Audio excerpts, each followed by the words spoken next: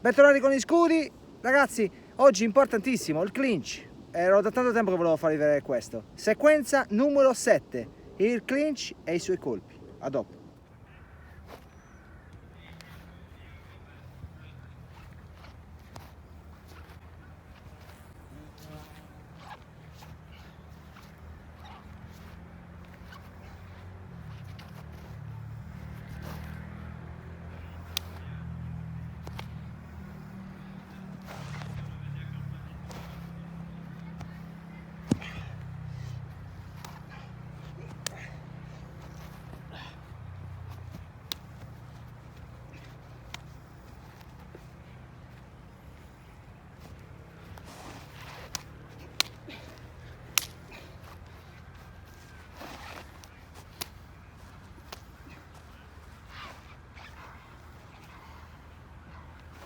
Quindi avete visto la sequenza fatta come solo, quindi senza un compagno. Adesso cosa faccio, ragazzi? Perché siccome è molto complicata, non è come gli altri che stiamo tirando pugni, calci e comunque si capisce un po' cosa sto facendo. Questa c'ha movimenti di transizione che potrebbe anche non avere nessun senso. Quindi cosa ho fatto?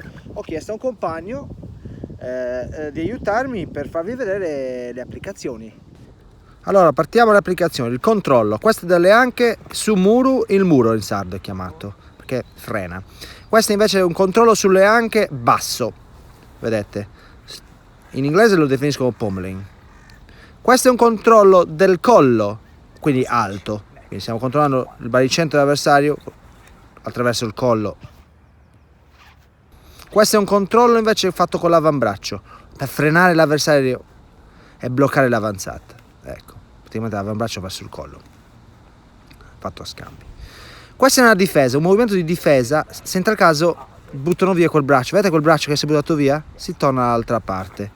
Praticamente si fa un passo e si mette un controllo sul collo avversario. Ecco, facciamo vedere a diversi lati, vedete? Si può anche sbilanciare l'avversario e tirare ginocchiate. Un altro controllo, mettendo pressione sulle braccia sia mie che dell'avversario, gli abbassiamo il baricentro, ecco. Questa è una reazione anche qui e poi una gomitata. Ecco, vediamo questo.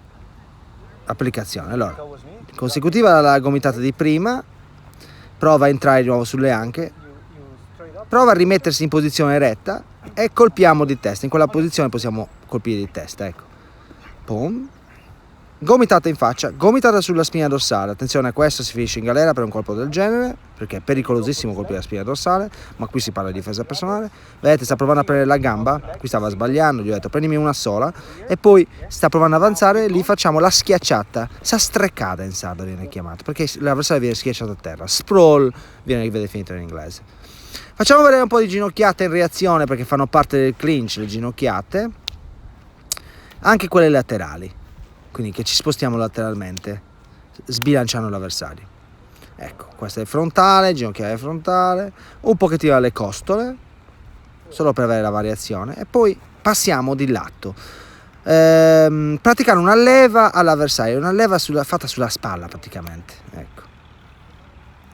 Qui stiamo andando molto gentilmente, però è una tecnica, può essere abbastanza brutta da subire.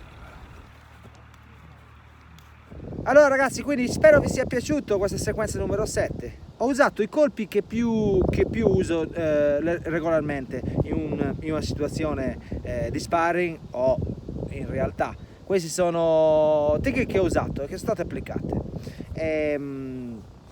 Spero abbiate capito l'esecuzione, spero abbia senso per voi. Logicamente quella sequenza, la continuità non rappresenta un combattimento, cioè non è che uno vi prova a prendere per le anche e poi si rialza così, no, le cose possono variare, quindi questa è una sequenza in modo da far vedere, in modo da accomodare quello che io voglio farvi vedere, le tecniche usate con gli scudi. Quindi non va avanti così, ecco, un combattimento in realtà, però stavo cercando di inserirci le tecniche che io ritengo più importanti per il clinch, almeno con gli scudi. Quindi spero vi sia piaciuto, ragazzi, domande sempre a pronto e aperto. Questi gli scudi, sequenza numero 7, alla prossima, seguiteci, ciao.